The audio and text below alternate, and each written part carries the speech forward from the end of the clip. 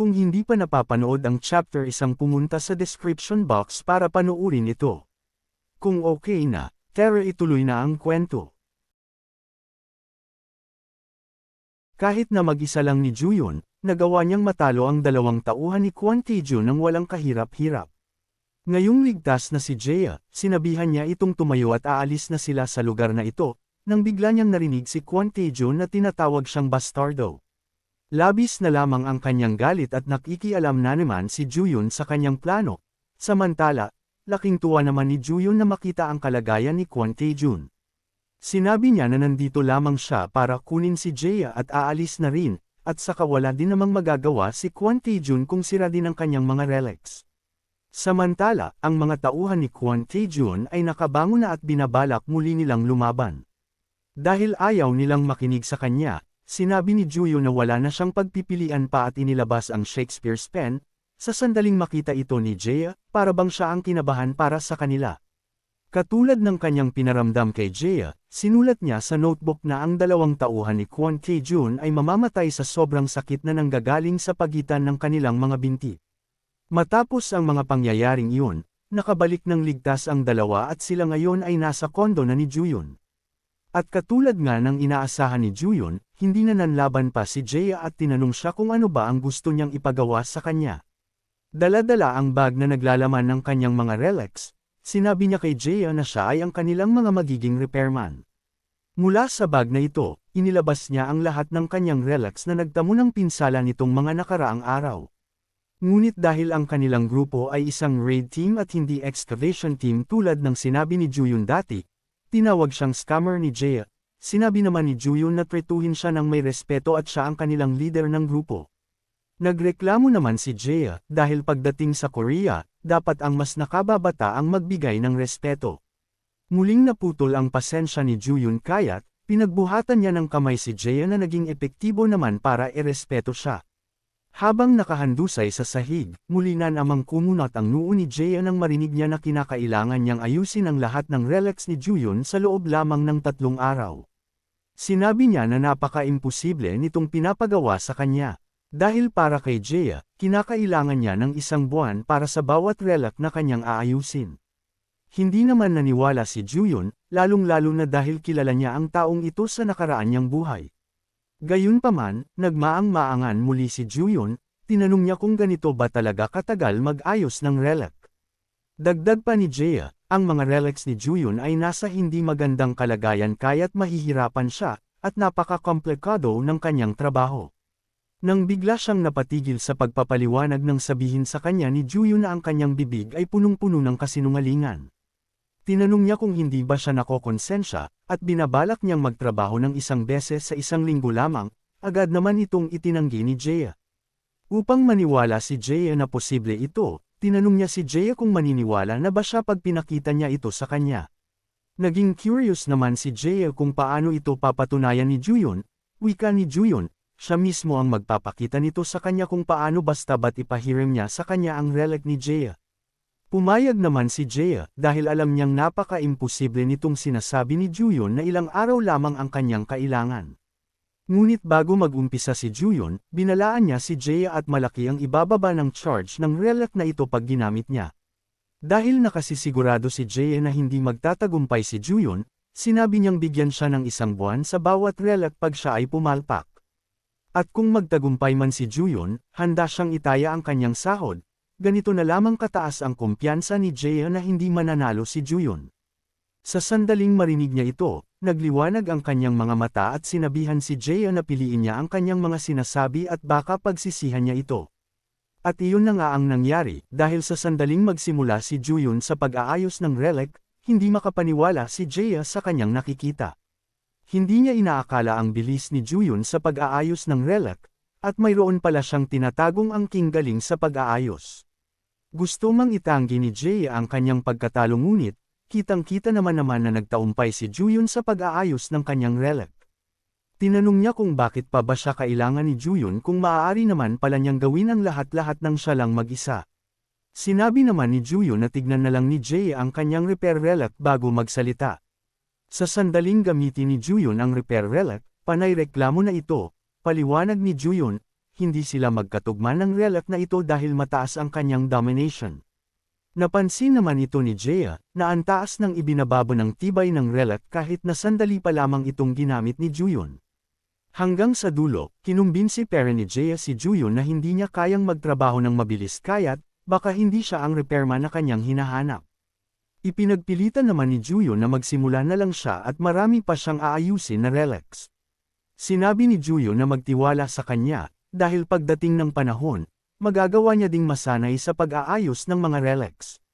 At lalo pa siyang bibilis sa mga ito basta ba't paglalaanan niya ito ng kanyang oras. Iniisip niya kung bakit napaka-sigurado ni Juyun sa kanyang mga sinasabi, na para bang isa siyang manghuhula. Binabalak niyang mag-umpisa sa pag-aayos ng relic nang biglang tumunog ang kanyang telepono sa bulsa. Nang tignan niya ito, laking pagtataka niya at bakit tumatawag si Edward sa kanya. Samantala, kinamusta naman ni Juyun ang elixir plant sa kanyang mga utusan, ipinaalam naman nila na walang problema at kumalma na ito. Nang bigla namang lumitaw ang window sa kanyang harapan. Sinasabi nito na siya ay nakatanggap ng bagong skill na tinatawag na Restore Tomb, ngunit naguluhan lamang si Juyun kung para saan ito. Dahil pag nasira na ang tomb, ano sana ang kanyang gagawin dito kung wala na itong laman na relic. Nang biglang tinawag siya ni Jaya, at sinabing may gustong kumausap sa kanya. Sa isang hello pa lamang ng taong iyon, agad na nagkaroon ng ideya si Juyun kung sino ang tao na ito. Kaya't nang banggitin ni Juyun ang pangalan ni Edward, laking gulat na lamang ni Jaya at magkakilala pala silang dalawa. Pati si Edward ay hindi inaasahan ito, at paano nalaman ni Juyun ang kanyang pagkakakilanlan kahit na hindi pa sila nagkikita. Alam ni Juyun na ang taong ito ay may dalang importanteng impormasyon ngunit kadalasan, kasama ng impormasyong ito ay madugong labanan. Interesado si Edward sa kanya dahil nagawa niyang labanan si Kwon Tae-jun, kaya't gusto niyang magpakilala sa kanya ng isang bagong trabaho. Ngunit imbes na ito ay sabihin, nag-aalanganan si Edward dahil ang impormasyong ito ay may kamahalan. Ngunit hindi kumagat si Juyun sa kanyang panloloko, hindi interesado si Juyun kung hindi niya alam ang kanyang papasukang trabaho. Walang nagawa si Edward kundi sumunod, at sinabing ipapaliwag niya kung anong klaseng trabaho ito. Sinabi niya na mayroong tomb sa China ngayon na may mataas bounty, at kung sasali ang excavation team ni Juyun, handa si Edward na bigyan siya ng parte sa kanilang bounty. Ngunit ang kondisyon ng trabahong ito ay ang mahahanap na relic sa tomb na iyon ay mapupunta sa gobyerno ng China. Ngunit ang magiging totoong trabaho ni Juyun ay ang nakawin ng relic na mga iyon. Kaya't kung magtatagumpay sila, handa si Edward na bigyan si Juyun ng titulo na VIP guest. Sinabi naman ni Juyun na gawin na ito agad, at tinanong niya kung sino ang nag-request ng trabaho na ito kay Edward, laking gulat na lamang niya kung paano ito nalaman ni Juyun. Ang hindi niya alam, mayroong kaalaman si Juyun pagdating sa mga bagay na ito kaya't, nakasisigurado siya na hindi makikialam si Edward sa gobyerno ng China para lamang sa isang relic. Kaya't ibig sabihin lamang nito, nakatanggap si Edward ng request sa isang tao. Nang dahil sa magaling na deduction ni Juyun, napapayag niya si Edward na sabihin sa kanya kung sino ang tao na nag-request ng trabaho na ito. Nang masabi ni Edward na ito ay galing kay Kira Clark, labis na lamang ang kanyang gulat at pamilyar ang pangalan na ito sa kanya. Si Kira Clark ay isang US Army General, ang namumuno sa buong misyon ng mga relics at isang nakakatakot na babae na binigyan ng titulo bilang King of War. Binabalak ni Juyun na tanggihan ang trabahong ito dahil, ayaw niyang masangkot sa taong iyon ng ganito kaga. Ngunit siya ay napatigil nang marinig niya na si Kira ay nagtitipon-tipon ng map type na relics, at ang tomb na kanilang binabalak na puntahan ay isang map type. Nang marinig ito ni Juyun, bigla niyang naalala na minopolyo ni Kira ang lahat ng map type relics noong nakaraang buhay ni Juyun. Ngayong nasabi na lahat ni Edward ang kinakailangang impormasyon, tinanong niya kung ano ang kanyang magiging desisyon. Buong desisyon namang sinabi ni Juyun na iwan na sa kanya ang trabahong ito. Matapos tanggapin ang trabaho na iyon, dali-dali namang sumakay sina Juyun sa eroplano upang puntahan ang lugar na iyon. Kaya't nang dalhin niya si Jaya, labis na lamang ang kanyang reklamo at kititanggap lamang nila ng trabaho ngunit sila ay papunta na lugar na iyon. Paliwanag ni Juyun, tutal tinanggap na niya ang trabaho, hindi na rin masama na pumunta agad sila, kaya't kung may oras si Jaya na magreklamo, sinabi ni Juyun sa kanya na gamitin ang oras na ito para ayusin ang kanyang mga relics. Nang biglang sumulpot si Irene, at tinanong si Juyun kung kamusta sila, agad namang nagpasalamat si Juyun sa kanya dahil napaganya ang kanilang buhay. Habang ang dalawa ay abalang nag-uusap, sobrang mangha naman ni Jae sa kanyang nakikita at napakaganda ng babaeng ito, ngunit laking pagtataka niya dahil para bang pamilyang ang babaeng ito. Dahil sa pagkatulala, sinabi ni Juyun sa kanya na batiin si Irene dahil siya ang rason kung bakit nasa eroplano sila ngayon. Matapos nilang magpakilala sa isa't isa, tinawag ni Irene si Jae na isang scammer. Nang dahil sa naguguluhang mukha ni Jae, sinabi ni Juyun na ang tao na nasa kanyang harap ay walang iba kundi si Irene Hilton. Nang marinig niya ito, dali-dali naman siyang humingi ng tawad at sinabing huwag siyang isumbong ni Irene sa kanyang kapatid. Dahil madaling pumayag si Irene sa kahilingan ni Jae, sinabi ni Juyun sa kanya na okay lang na pag-alitan ang taong ito dahil napakatamad niya. Ikinwento ni Juyun na binabalak ni Jae na magtrabaho lamang ng isang beses sa isang linggo kahit na kinakailangan nila ng kanyang tulong. Nang dahil sa kwento ni Juyun, sinabi ni Irene kay Jae na kinakailangan niyang magpersigi kung ayaw niyang may sumbong sa kanyang kapatid na niloko ni Jae. Wala namang nagawa si Jae kundi sundin ang utos na ito ni Irene kung ayaw niyang malagot.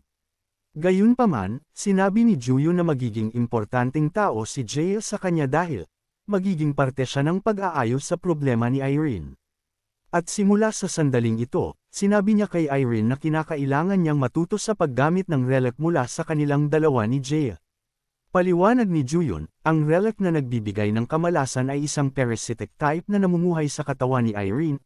Sa madaling salita, hindi nila ito maaaring puwersahin na matanggal sa kanyang katawan.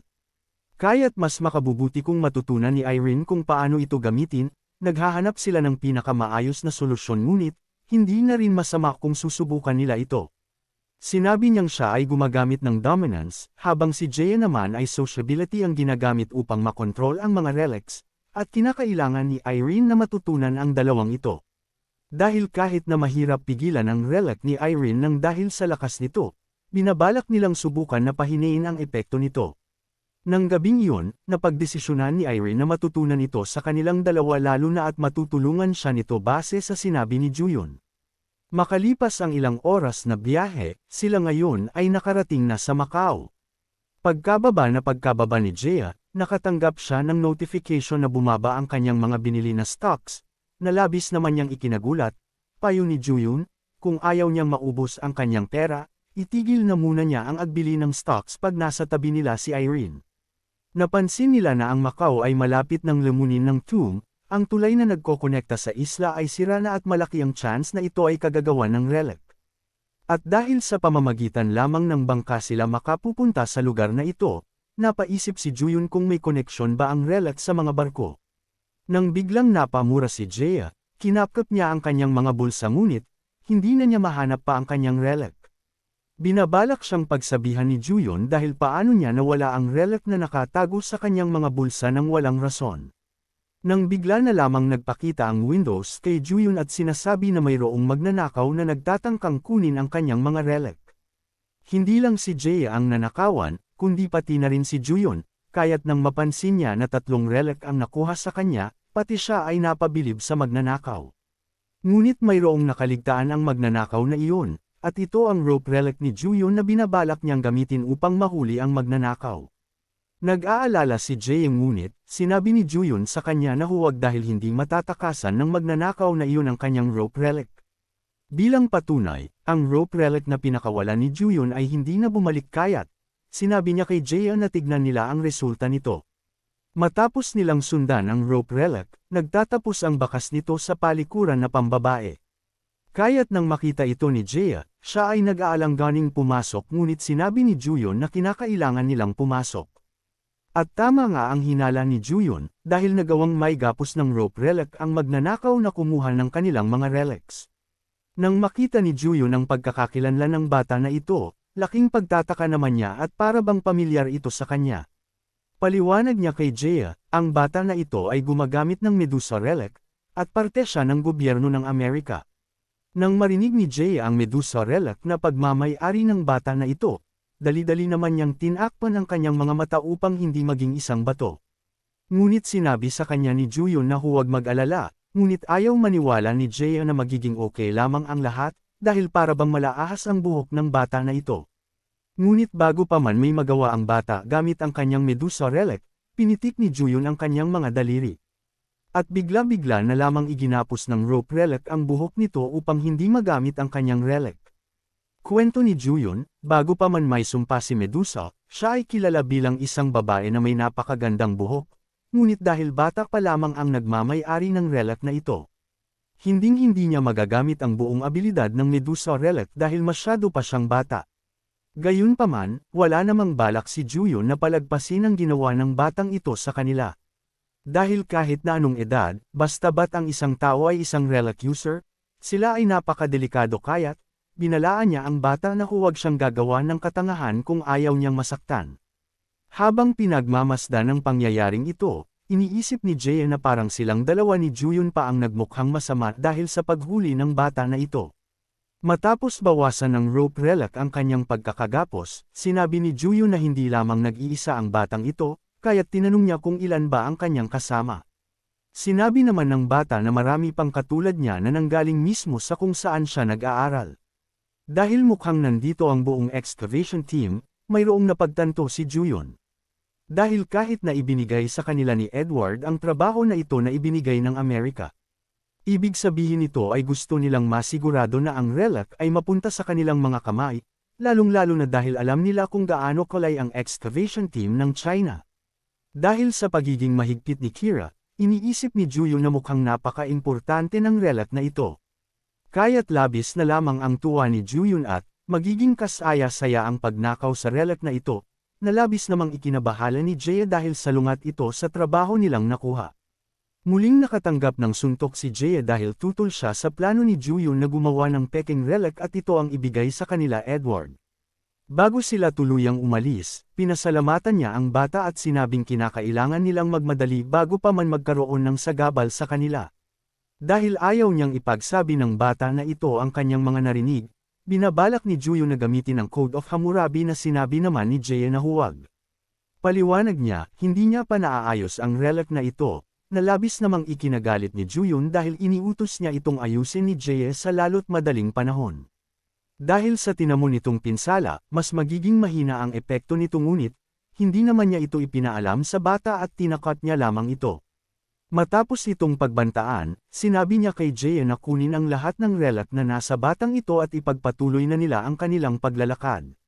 Nang dahil sa impormasyon na nakalap ni Juyun, kinakailangan na nilang magmadali. Laking pagtataka naman ni Jae at bakit nila kinakailangang magmadali, lalo na at hindi pa niya naaayos ang ibang mga relic ni Juyun at hindi ito parte ng kanilang plano. Muli niyang tinignan si Jae nang may naninisik ng mata, at sinisi siya kung bakit hindi ito naaayon sa kanilang plano. Paliwanag niya kay Jae, kinakailangan nilang magmadali kung ayaw niyang masayang ang kanilang oras at maunahan sa pagkuha ng relic. Kahit na wala sila gaanong magamit na relic, may kumpiyansa naman si Juyun sa kanyang kaalaman, dagdag pa niya mas mabuti na ito kaysa sa hayaan na lang nilang makuha ang relic sa kanila. Nagsimulang mag-alala si Jae dahil wala man lang kaplano-plano si Juyun, ngunit walang pakialam si Juyun at magkakaroon din ng paraan pag sila ay nandun na. Salamat sa panunood ng video. Kung nagustuhan mong manood ng mga Tagalog manhwa recap, huwag kalimutan mag-like, share and subscribe para sa susunod pang mga video.